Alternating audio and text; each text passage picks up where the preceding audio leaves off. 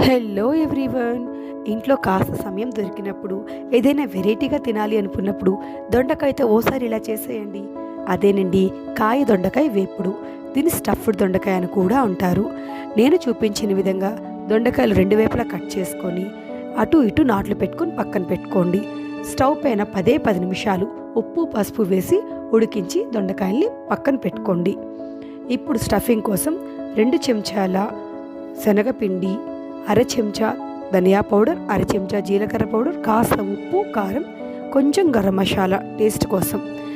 ఈ స్టఫింగ్ని మనం ఆల్రెడీ ఉడకపెట్టుకున్న దొండకాయల్లో నేను చూపించిన విధంగా స్టఫ్ చేసుకుని పక్కన పెట్టుకోండి.